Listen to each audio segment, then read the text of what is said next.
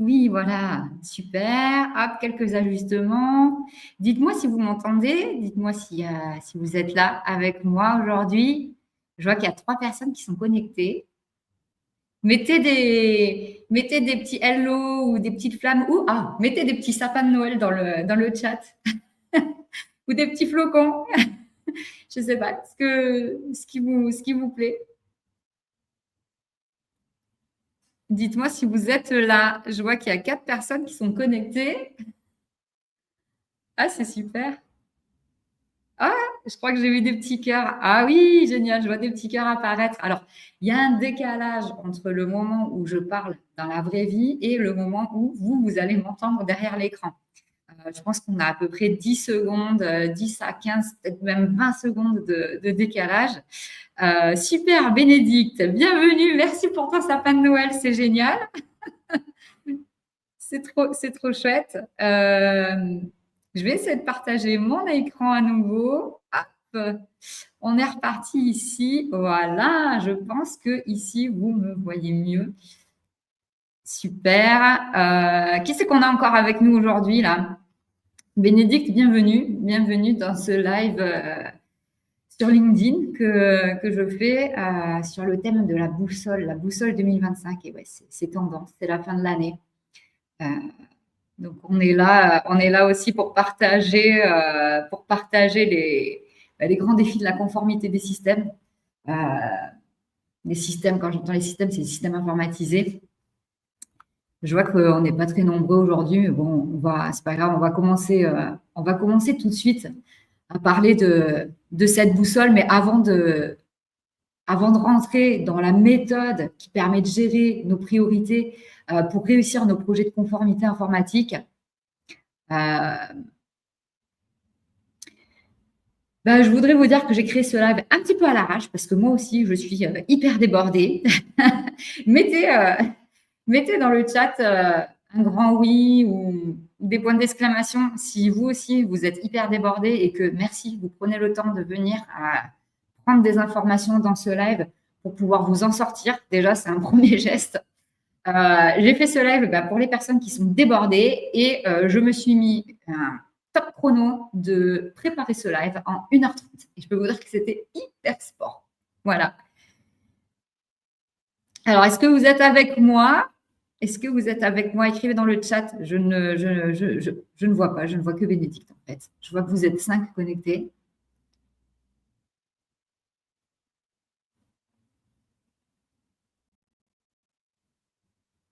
OK, bon. On va rentrer dans les défis courants aujourd'hui. Les défis les plus courants pour qui? Pour nous, les responsables qualité, responsables IT, informatique, responsables sécurité des systèmes informatisés, des systèmes d'information, tout ce qu'on appelle la conformité finalement des systèmes informatisés. Et puis pas que en fait. Voilà. Donc toutes ces personnes-là, mais pas que. Souvent, on fait face à quoi? À de la surcharge, à des priorités qui sont floues et à des audits qui sont souvent imprévus. Voilà, ça peut arriver, ou en tout cas des audits qui sont pressés. Mais moi, je sais que ça m'est déjà arrivé qu'on me prévienne d'audits en étant côté IT, qu'on me prévienne qu'il y a des audits genre la semaine précédente l'audit à peine, voilà, quelque chose comme ça. Donc, c'est vrai que ça met tout de suite un froid dans l'agenda là, et tu te demandes comment tu vas faire pour survivre à ça finalement. Il y a des nouveaux. Dites-moi dans le chat si vous m'entendez bien. Là, je continue pas tant que vous ne m'entendez pas bien. Je veux juste m'assurer que tout fonctionne correctement. Du coup, que vous m'entendez bien, que vous voyez bien mon écran. Faites-moi un petit signe là dans le chat. Parce que moi, pour l'instant, je ne reçois rien. J'ai reçu un sapin de Noël de la part de Bénédicte. Et c'est tout.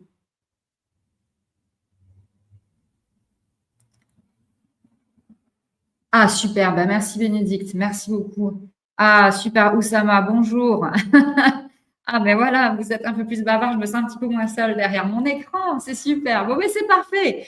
Alors, du coup, maintenant que je vous ai présenté les défis les plus courants, on va passer tout de suite sans attendre à l'annonce des grands gagnants. Vous avez dû suivre certainement tout ce que j'ai publié. Super, merci Bénédicte, on voit bien mon écran. Vous avez dû suivre toutes les publications qui ont été faites pendant ce mois de décembre. Alors, en premier, je voudrais remercier Cheryl. Et Cheryl, envoie-moi un petit mot là dans le chat si tu m'entends et si tu es bien connecté avec moi derrière ton autre écran. Je voudrais remercier Cheryl qui a fait le calendrier des Acronymous de 2024. Et donc, tout de suite, ce calendrier, dites-moi aujourd'hui, vous avez ouvert votre case et est-ce que c'était quoi l'acronymous du jour? Dites-moi un petit peu là. Et si vous ne voyez pas de quoi je parle, ben voilà, je vous présente ici mon écran. Je vous présente le calendrier des Acronymous, ce pourquoi je remercie Cheryl aujourd'hui, parce que c'est elle qui a préparé ce calendrier. Et on en a publié quelques extraits via des publications, via des posts LinkedIn pendant tout le mois de décembre. Et donc, du coup, on peut commencer avec, qu'est-ce qu'on avait en case 1? Ah bah oui, le fameux ALCOA, évidemment, les règles d'or pour s'assurer que les données sont fiables. Bon, tout ça sont des acronymes qu'on retrouve en fait au sein du Glossarix du PA38. Voilà, je ne vais pas rentrer plus en détail dans le PA38. Si tu veux savoir ce que c'est, tu m'envoies un message et je t'en parlerai.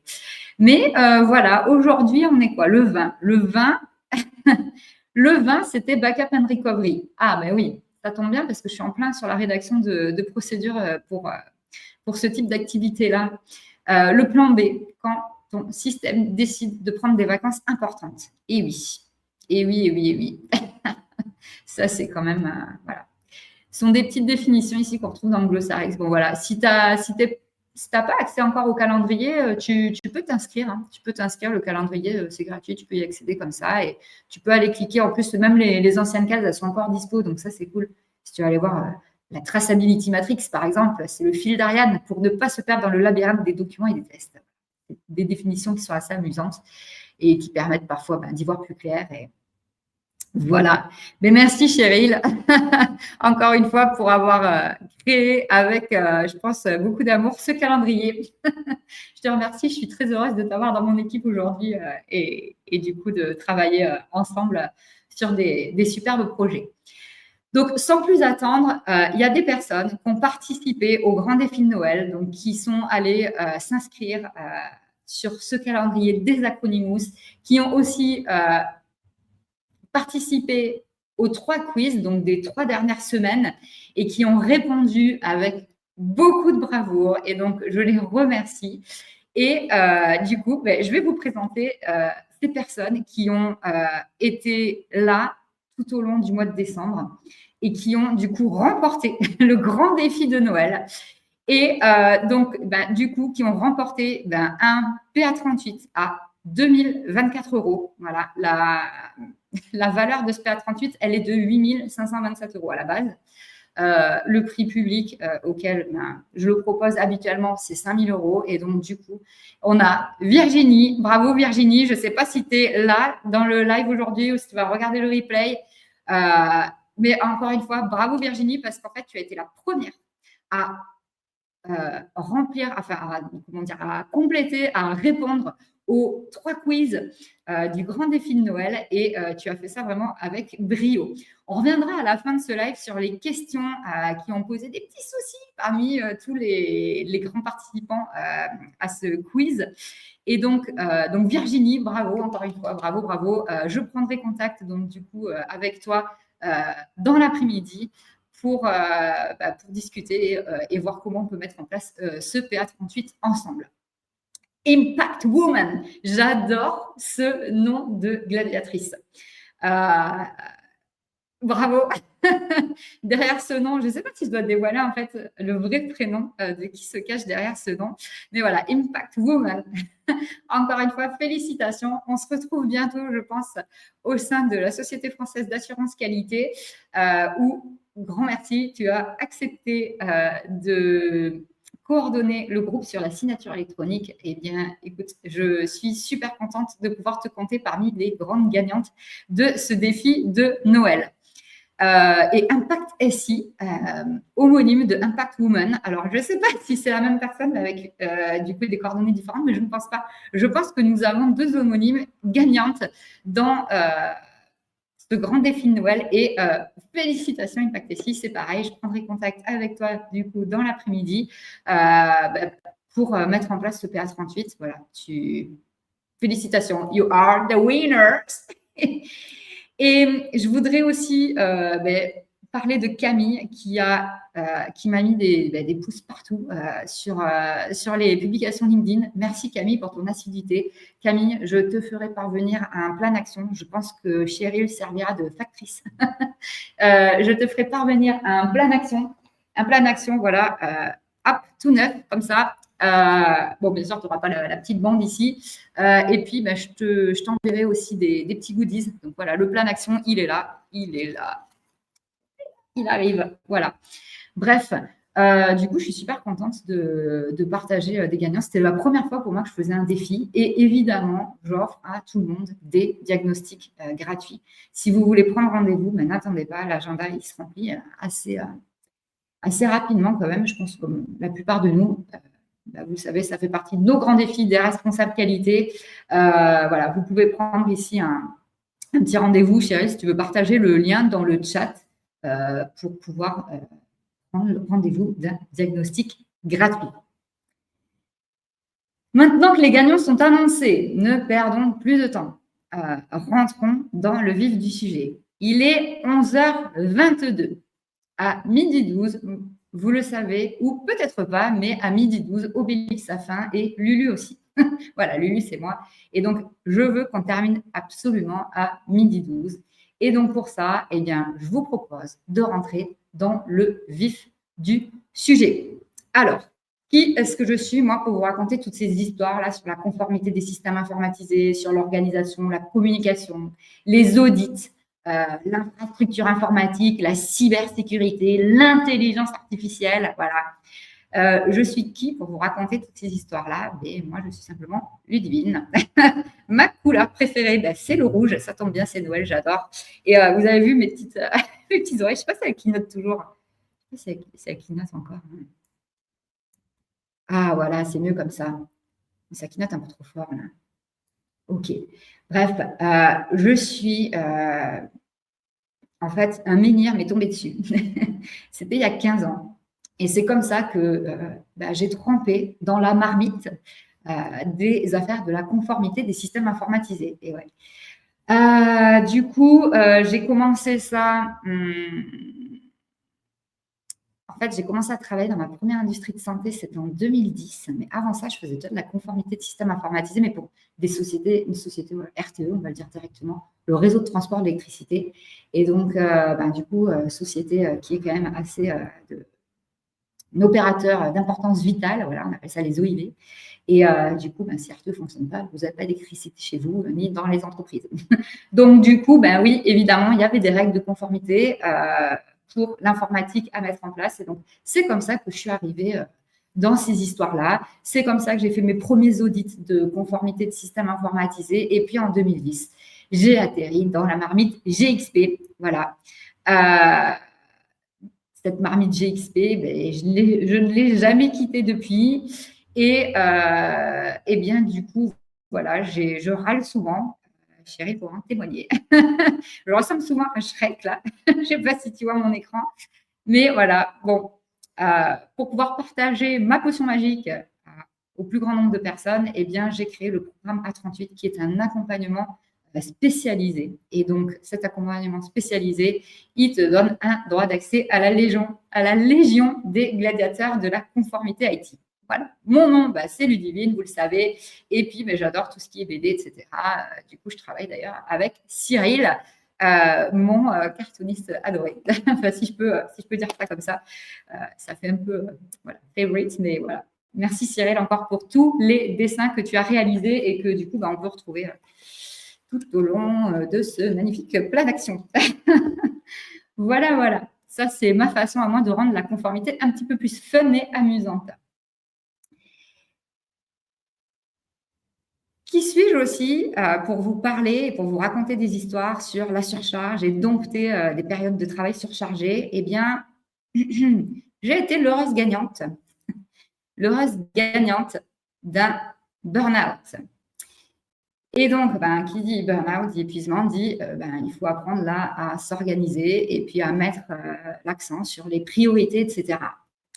Et du coup, c'est ce dont je voudrais vous parler aujourd'hui parce que la fin d'année, c'est souvent une période qui est ultra chargée. On ne sait plus où donner de la tête. On commence à faire le bilan sur tout ce qui s'est écoulé. On replanifie, on fait ses feuilles de route pour du coup l'année à venir. Et donc, pour y voir plus clair, moi, j'avais envie de vous partager ma méthode. J'ai rien inventé dans cette méthode-là. Je repartage simplement une méthode que j'ai appris d'une de mes mentors, coach business, avec au sein du programme qui s'appelle Décupler sa productivité. Et donc, du coup, je remercie Laura de m'avoir appris cette méthode qu'aujourd'hui, je suis heureuse de repartager avec vous. Et donc, qu'est-ce qui s'est passé pendant que j'étais en burn-out? Eh bien, les tâches se sont accumulées. J'étais toujours en mode pompier. L'équipe, parce que du coup, c'était, si j'avais été toute seule encore, c'est pas grave, mais du coup, l'équipe constamment débordée. Les priorités, elles n'étaient pas claires, ni pour moi, ni pour l'équipe, et tout semblait urgent. Donc, à partir de là, le cerveau, tu vois, il a un petit peu explosé. Voilà. Et du coup, les périodes de surcharge, je pense que vous savez tous à quoi ça mène. Ça devient ingérable, ça génère du stress, et du coup, ça file la boule au ventre, et puis, des fois, ça conduit, comme dans mon cas, à des burn-out. Dites-moi dans le chat, s'il vous plaît, si vous avez déjà vécu, enfin, si vous vous sentez surchargé aujourd'hui et que vous ne savez pas comment gérer, est-ce que ça vous arrive de travailler en mode pompier? Mettez des flammes, en fait, tu vois, comme le pompier, là, on éteint l'incendie. Mettez des flammes dans le chat pour me dire si vous êtes déjà dans cette situation-là, que les tâches, elles s'accumulent comme des piles de papier dans lesquelles vous avez l'impression de vous noyer. Mettez-moi des petites flammes dans le chat.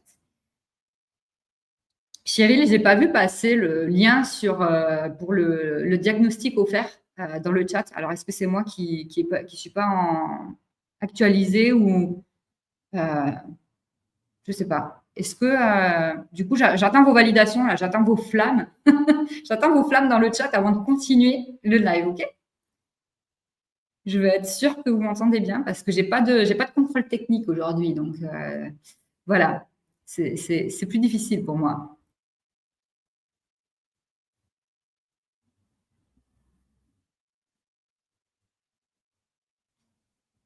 Je sais qu'on a un petit décalage de 15, 20 secondes, peut-être 30 même, je ne sais pas. Mais dites-moi ici, OK. Bon, le lien, je ne le vois pas. Merci Cheryl, il est juste au-dessus. Si vous avez besoin du lien pour le diagnostic gratuit, n'hésitez pas, envoyez-moi un message perso parce que pour moi, il ne s'affiche pas. Alors, peut-être que LinkedIn, il bloque. Je ne sais pas. Donc, voilà, n'hésitez pas à m'envoyer des messages privés.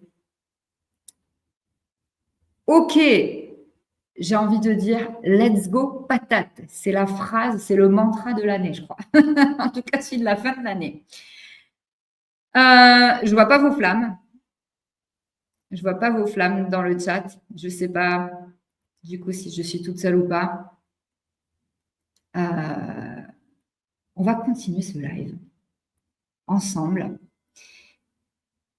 parce que je veux vraiment, voilà, qu'on termine à l'heure. Et bon, voilà, ces tâches qui s'accumulent, ces priorités pas claires, etc., ça suffit. On dit stop. Ok, super. Ouais, peut-être que les liens, ça bloque comme la dernière fois, effectivement. Bon, voilà. Stop à tout ça. Stop à ces périodes de surcharge. Il faut arrêter avec ça. Moi, depuis que j'ai mis en place cette méthode que je vais vous partager, c'est bon. Je gère.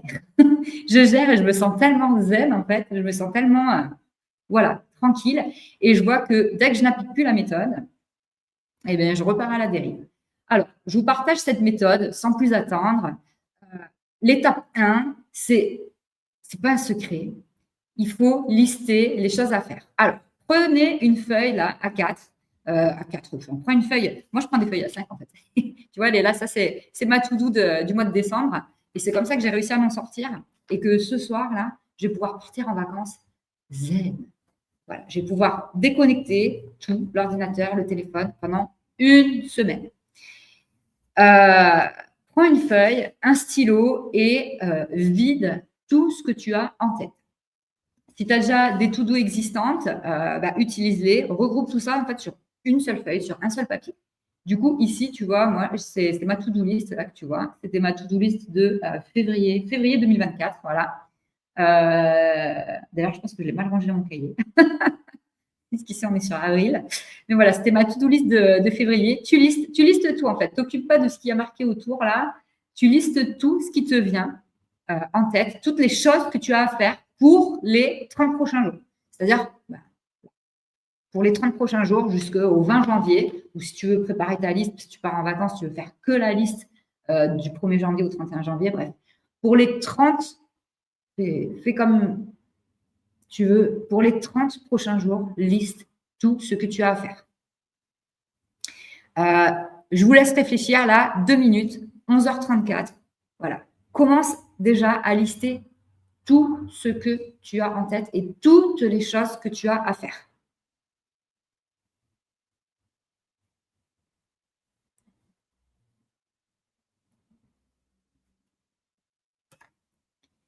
Vraiment, c'est super important. Hein. C'est vraiment par là que ça commence. Lister toutes les choses que tu as en tête pour les 30 prochains jours. Voilà. Je ne sais pas si tu as, par exemple, ton plan directeur de validation à réviser. C'est le début de l'année, hein. On le sait, normalement. Voilà, tu as ton plan directeur de validation à réviser. Je ne sais pas, tu as une procédure sur la gestion des inventaires, sur la gestion des actifs informatiques à réaliser. Moi, je te donne des exemples. J'ai à finaliser la rédaction d'une procédure de sauvegarde et restauration. Il faut que je prépare le flash info pour communiquer sur l'activité VSI pour un de mes clients.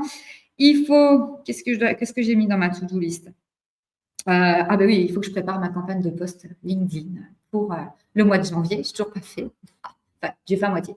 Il faut que j'écrive mes Caliax aussi. Si tu ne connais pas Caliax, inscris-toi, c'est gratuit. C'est voilà, du fun.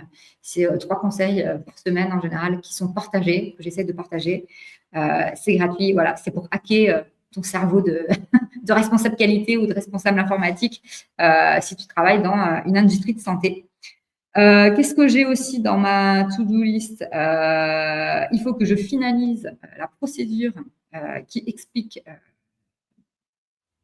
le IT Application Change Management. C'est en anglais. Voilà. Il est 11h34. J'espère que ta liste… Dis-moi, tiens, combien tu as de tâches dans ta liste Est-ce que tu en as 10 Est-ce que tu en as 15 Est-ce que tu en as 30 Dis-moi combien tu as écrit de tâches dans ta liste. Je suis super curieuse. Donc ça, c'est l'étape 1. Lister toutes les choses à faire. Déjà, tu décharges ton cerveau. Tu commences à enlever du stress là et à y voir plus clair. Ouais. Ça, c'est primordial.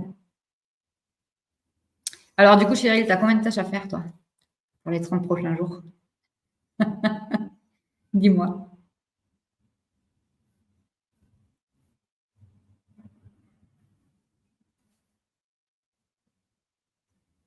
Ok, bon, une fois que vous avez fini de lister toutes ces choses à faire, donc ça, c'est l'étape 1, il va falloir, pour chaque tâche, estimer le temps nécessaire pour réaliser chaque tâche. C'est ce qu'on appelle traditionnellement le workload. En fait, hein. Donc, moi, par exemple, je m'étais mis qu'il me fallait 6 heures là pour ma tâche sur la sauvegarde restauration, pour mettre en place ça. Je m'étais mis sur le flash info, il faut que j'y consacre 4 heures. Il me reste 2 heures à passer sur ma procédure change management. Qu'est-ce que j'avais? Ah oui, j'ai une préparation d'audit à faire aussi. Ça, voilà, c'est marqué. Donc ça, ça, je me suis mis, j'avais 4 heures à y passer. Voilà. Donc, du coup, pour chaque tâche, tu viens lister, du coup, le temps, le workload que tu as à y consacrer. Donc, par exemple, sur ma feuille, je ne sais pas si je l'avais ici, sur ma feuille, ici en arrière, voilà, c'est les petites choses qui sont en vert ici, en fait. Voilà. C'est des petites. J'ai tout écrit en vert. Moi, j'ai changé de couleur de stylo. J'ai un super stylo 4 couleurs que j'utilise. Ça, c'est ma petite technique. Et du coup, je change de couleur pour écrire le workload à côté de chaque tâche. Une fois que tu as estimé le temps nécessaire pour réaliser chaque tâche, eh bien, additionne, fais le total de tous ces workloads. Donc, du temps nécessaire pour réaliser chaque tâche. Et une fois que tu as fait ça, tu ajoutes une marge.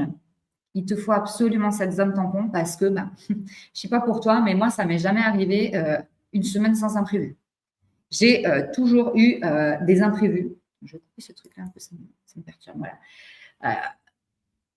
J'ai toujours eu des imprévus et du coup, mets 20% minimum d'imprévus dans ton agenda là.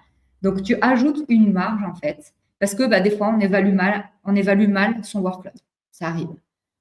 Des fois, quand on est en train de travailler sur une tâche, on est dérangé. Ça, c'est le cas si tu travailles, je sais pas, dans un open space par exemple, ou si tu travailles, je sais pas, si tu coupes pas tes notifications, ce qui est au passage une très très mauvaise habitude, coupe tes notifications. Si tu as des réunions à l'improviste, tu as des enfants à gérer. Voilà. Moi, dans la semaine, là, ça m'est arrivé, ma fille qui me dit je termine à 10h15 aujourd'hui. Ok, je ne savais pas la laisser au collège jusqu'à 10h15 poireauter. Je suis une maman sympa quand même. Et donc, du coup, il a fallu que je prenne. J'ai eu là le temps de faire l'aller-retour au collège, etc. De la remettre en route sur ses devoirs, de la ramener au bureau avec moi. Du coup, voilà. Ça m'a pris un peu de temps. C'était un imprévu que j'ai dû gérer.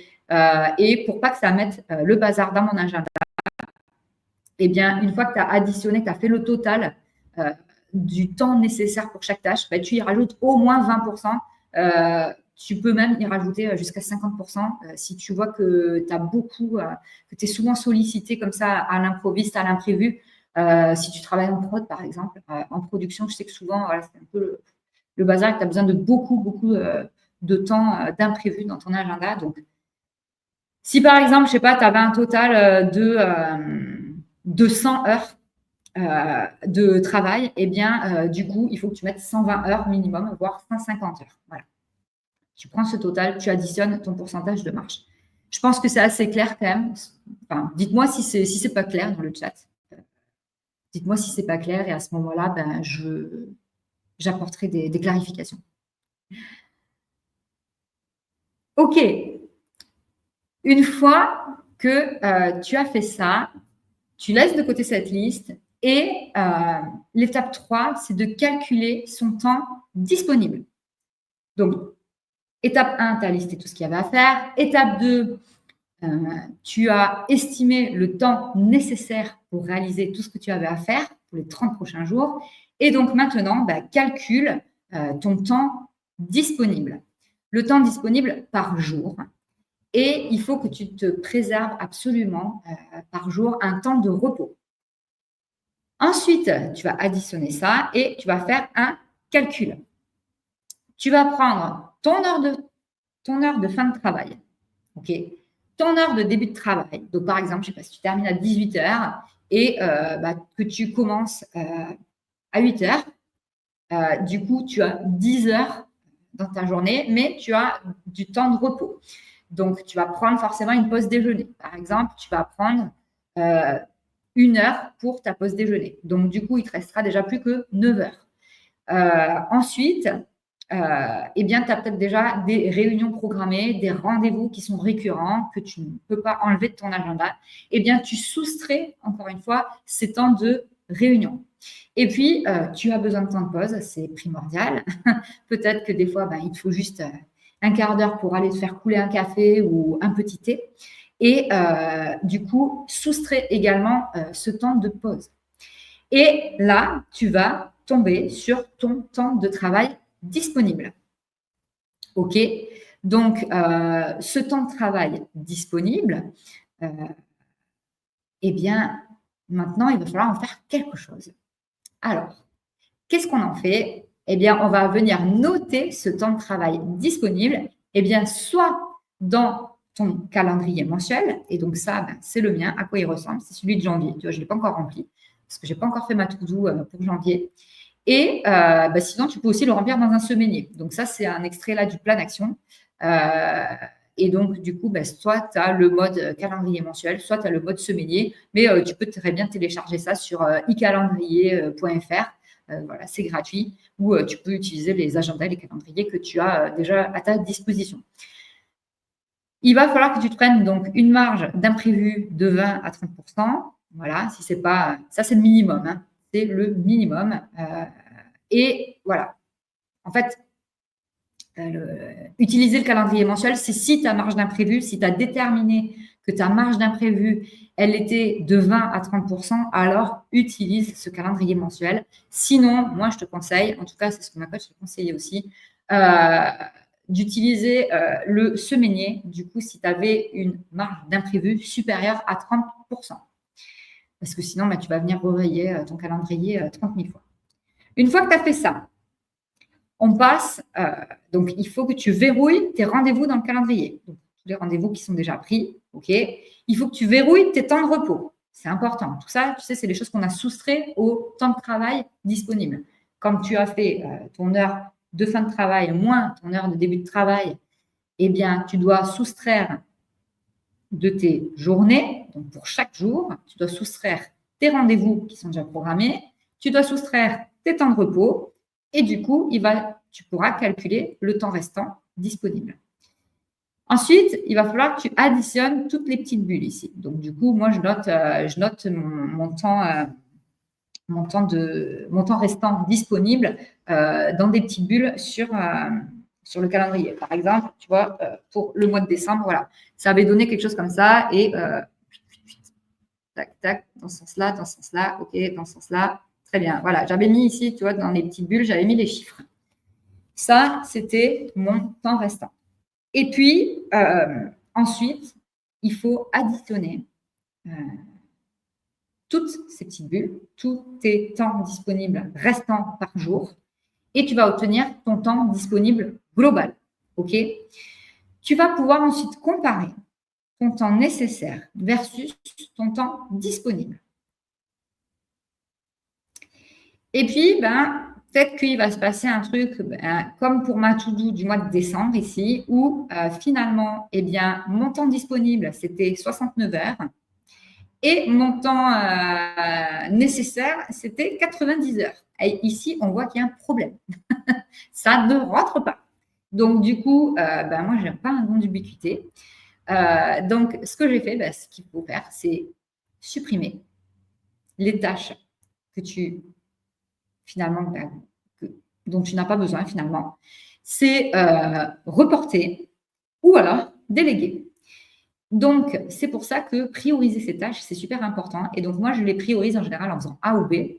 Et donc, il y a certaines tâches que j'ai rayées directement. Voilà, je lui ai envoyé une enquête de satisfaction pour Benoît. C'est toujours utile. Ça m'aurait fait très plaisir de pouvoir échanger avec lui, mais c'était pas. À un moment donné, il faut faire des choix. Donc, quand tu te rends compte que le temps nécessaire pour faire les choses et le temps disponible, ton temps nécessaire est supérieur au temps disponible, il faut donc rayer. Il faut décider de supprimer certaines tâches. Voilà, tout simplement, là, tu n'as pas le choix. Si vraiment, tu ne peux pas supprimer les tâches, eh bien, tu peux aussi les reporter.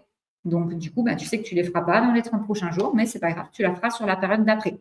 Donc, pose-toi la question, finalement, est-ce que tu peux reporter cette tâche? Tu as un autre choix, si vraiment tu ne peux pas supprimer cette tâche, c'est de la déléguer. Et donc, moi, j'aime bien utiliser la matrice d'Eisenhower. Je ne sais pas si tu connais cette matrice d'Eisenhower, mais moi, j'aime bien utiliser cette matrice d'Eisenhower et du coup, je l'ai inclus dans le fameux plan d'action ici. Je remercie Alexiane qui a designé du coup ce plan d'action d'ailleurs. Au passage, voilà, la matrice d'Eisenhower, tu la retrouves ici. Et puis, à côté de la to-do mensuelle avec, pour noter toutes tes petites tâches des 30 prochains jours. Une fois que tu as fait cette étape-là, tu as pris conscience déjà que potentiellement ton temps nécessaire était supérieur à ton temps disponible ou si le temps nécessaire est inférieur à ton temps disponible, super, félicitations, tu sais que tu ne seras pas en mode pompier, que tu vas pouvoir gérer les 30 prochains jours de façon sereine. Ça, c'est génial. Eh bien, une fois que tu as fait ça, il va falloir passer à l'étape 5, donc qui est l'avant-dernière étape, et c'est de placer ces actions dans ton calendrier. Donc, en premier, il faut placer tes zones tampons. Idéalement, ta zone tampon, c'est cool si elle est, si tu en mets 2. Voilà. Si vraiment tu ne peux pas, mets-en qu'une. Mais le mieux, c'est d'en mettre 2. Moi, je sais que j'en ai une tous les jeudis à 15h ou 15h30. Je ne sais plus, c'est verrouillé dans mon agenda. Et donc, cette zone tampon, elle est verrouillée systématiquement les jeudis après-midi. Voilà. Elle me sert de buffer. Elle me sert de zone de respiration, si on peut dire ça comme ça. Et donc, elle est très utile, en fait. Voilà. La zone tampon, ça m'évite de me noyer.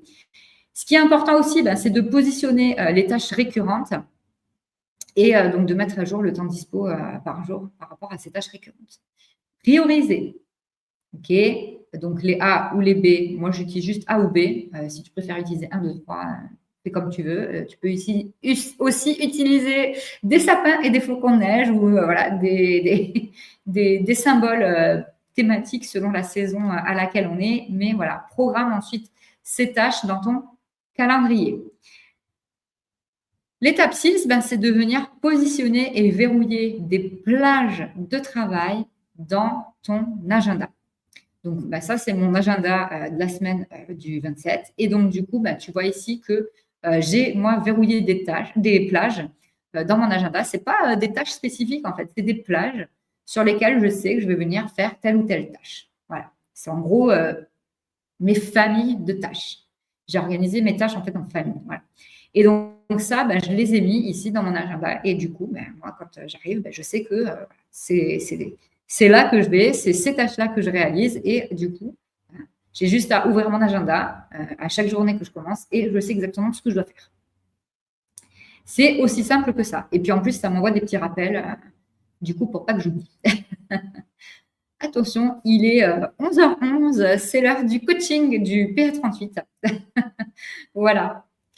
Une fois que tu as fait ces 6 étapes, félicitations, logiquement, tu redeviens maître de ton temps. Tu es censé pouvoir gérer à nouveau tes priorités et réussir tes projets de conformité. Donc, je rappelle ici les 6 étapes. Les 6 étapes pour gérer tes périodes surchargées, c'est 1, tu listes les choses à faire pour les 30 prochains jours. 2, pour chaque tâche, chaque chose à faire que tu as listée, tu estimes le temps nécessaire.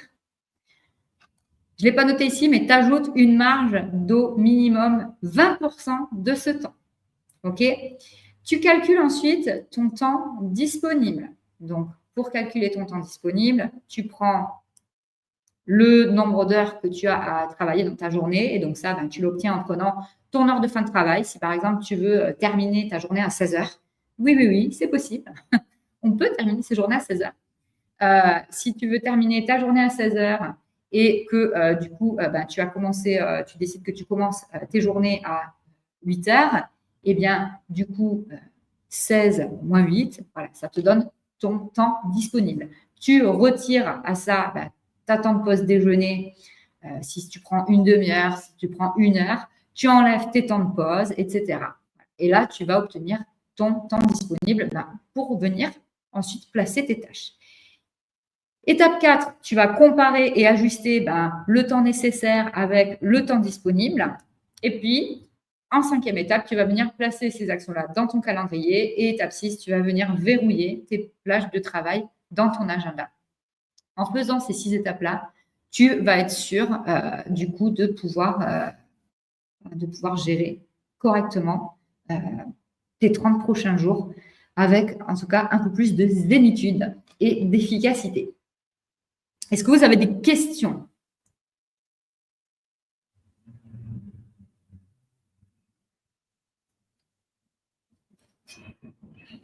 Très bien. Eh bien, moi, j'ai envie de vous souhaiter un Noël Joël à tous. Et du coup, si vous souhaitez vous procurer un exemplaire du plan d'action ou alors en format numérique, voilà ce que je veux dire, vous pouvez vous rendre ici là sur la pa38.academy /bdc-plan action. Et du coup, vous pouvez télécharger pour la modique somme de 4,99 €, tout le plan d'action complet au format PDF.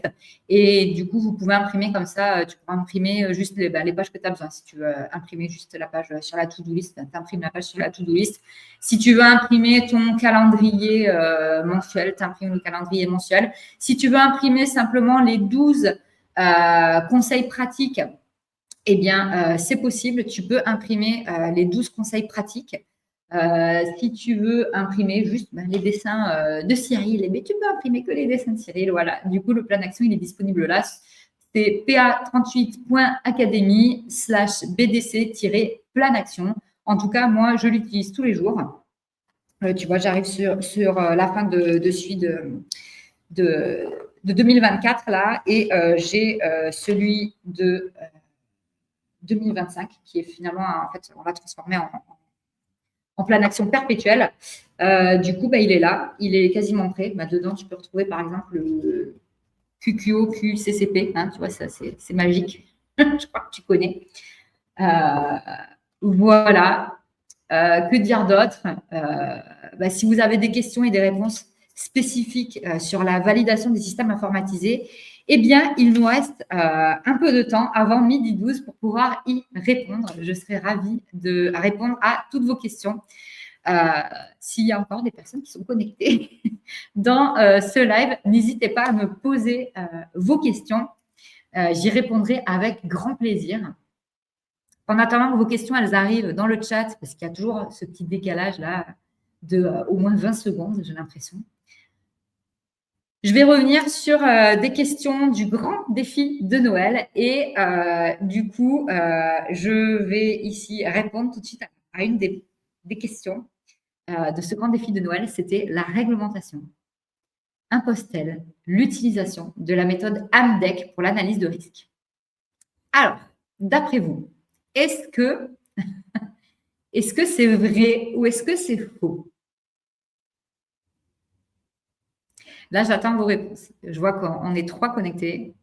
Mettez-moi vos réponses dans le chat, s'il vous plaît. Est-ce que la réglementation impose l'utilisation de la méthode AMDEC pour l'analyse de risque?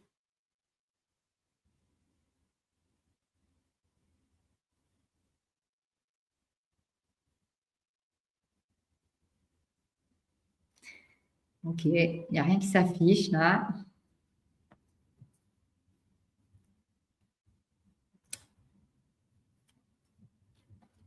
Est-ce que vous m'entendez toujours? Ça se voit, en fait, depuis tout à l'heure, je parle dans le vide.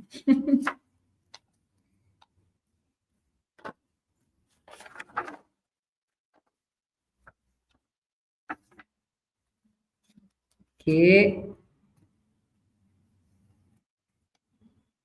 Alors, très bien. Eh bien, la réponse, c'est faux. La réglementation n'impose absolument aucune méthode pour réaliser des analyses de risque. Utiliser AMDEC, oui, c'est une bonne stratégie, bien sûr, mais la réglementation n'impose absolument pas cette méthode. La question d'après, eh bien, c'est est-ce qu'il est nécessaire de répéter entièrement la validation BPX, validation de conformité aux bonnes pratiques dans les industries de santé pour un système informatisé tous les 3 ans de façon périodique? Ah, oh Magali, super, t'es connectée. Génial. Non, pas d'obligation, mais c'est une suggestion. Évidemment, oui. Il n'est pas nécessaire de répéter entièrement. Ici, en fait, il y avait une petite subtilité. C'était le mot entièrement. Alors non, tous les 3 ans, on ne refait pas une validation entière de ces systèmes informatisés.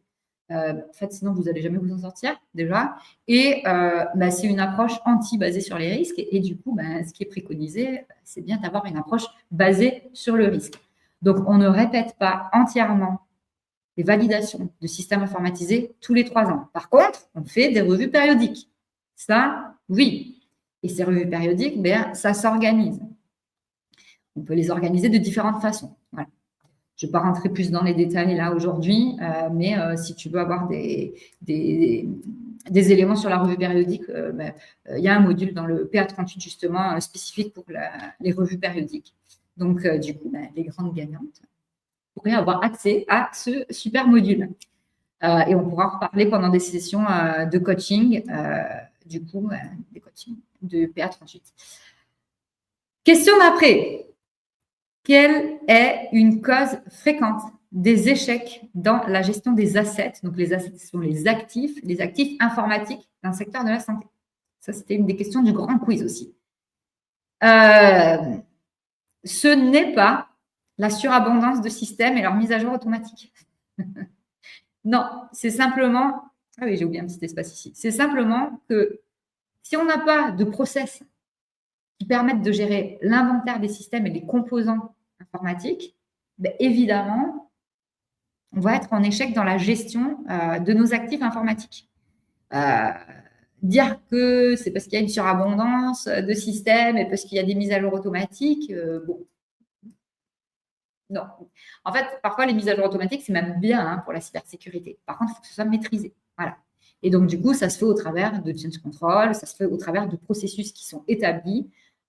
Ça peut se faire également au travers ce qu'on appelle des pre-approved change, par exemple, c'est-à-dire des changements standards. En général, les mises à jour automatiques, elles se font, c'est des changements standards. Voilà. Ou alors, ça va être la base antivirale, etc. Bref, c'est important d'en discuter avec son IT et du coup, de mettre en place un processus clair qui permette de gérer les actifs, les composants informatiques. Donc, que ce soit des serveurs, que ce soit des ordinateurs dans le laboratoire, en zone de production, que ce soit des applications qui sont aussi des actifs informatiques. Et bien, tout ça, il faut cadrer le cycle de vie complet de ces actifs-là et s'organiser. Et comment on explique l'organisation, le processus, les différentes étapes, les rôles, les responsabilités dans une entreprise? Eh bien, c'est en couchant ça sur un papier, en formalisant ça au travers d'une procédure. Voilà pourquoi la bonne réponse, c'était une absence de procédure pour l'inventaire et donc la gestion des actifs informatiques. On avait une autre question dans ce grand défi de Noël, c'est quel risque majeur l'intelligence artificielle peut-elle poser en matière de cybersécurité? Et donc, l'IA empêche les systèmes de détecter des intrusions? Non, pas forcément. Si je me trompe, dites-moi que je me suis trompée et dites-moi votre point de vue là-dessus. Mais la bonne réponse dans le quiz du grand défi de Noël, c'était que l'IA, l'intelligence artificielle, peut générer des codes malveillants pour automatiser des cyberattaques. Oui, ça, c'est possible. Voilà. Donc ça, c'est un grand défi aujourd'hui pour les SOC et toutes les personnes qui travaillent en cybersécurité. Voilà, un grand défi, c'est que l'IA, c'est comme tout outil, ça augmente les capacités de quelqu'un à faire quelque chose. Si je peux résumer ça de façon très, très succincte. C'est comme j'ai l'image du marteau en tête, où un marteau, tu peux faire des choses fabuleuses avec. Tu peux accrocher des super cadres, tu peux faire des bricolages magnifiques, mais tu peux aussi tuer des gens avec. Voilà. Du coup, et ça marche mieux que juste ton poing. C'est voilà, c'est aussi simple que ça. L'IA, c'est un outil, et donc du coup, cet outil, il permet d'augmenter du coup la productivité de l'activité pour laquelle tu l'utilises, tout simplement. Tout simplement. Je crois que c'était la dernière question. Ah non, il y a encore une dernière question. C'était parmi les contrôles suivants de la norme ISO 27002 de 2022, lequel ne concerne pas spécifiquement la sécurité physique. Et donc, on avait le choix entre 4 réponses. 3 de ces réponses, elles sont affichées ici à l'écran. Lequel ne concerne pas spécifiquement la sécurité physique? Eh bien, c'était la bonne réponse. La gestion des accès logiques via des mots de passe. Ça, c'est quelque chose de logique, en fait. C'est pas quelque chose de physique. Voilà. Donc, du coup, ça ne concerne pas la sécurité physique. La sécurisation des câblages, oui, c'est bien écrit dans cette norme-là. Cabling security. Et vous avez aussi tout ce qui est recyclage ou destruction sécurisée des équipements. Par exemple, tu vas mettre au rebut un poste informatique. Eh bien, qu'est-ce que tu fais de son disque dur? Eh bien, est-ce que tu décides d'en faire des petites paillettes, de le détruire, ou bien est-ce que tu décides de le recycler et d'en faire don à une association? Et donc, tout ça, ça doit être géré. Et donc, du coup, comme quand il s'agit de matériel physique, eh bien, du coup, ça fait partie du contrôle relatif à la sécurité physique. Voilà. Je crois qu'on est tout bon pour les questions. Est-ce que, du coup, vous avez d'autres questions auxquelles vous souhaiteriez avoir une réponse? Il nous reste 10 minutes. Nous sommes à 12h02 et ce live prendra fin au plus tard à 12h12.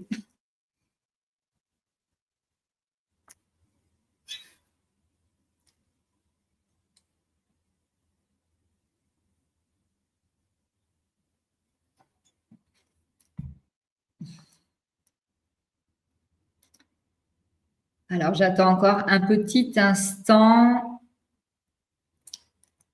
pour voir s'il y a des questions.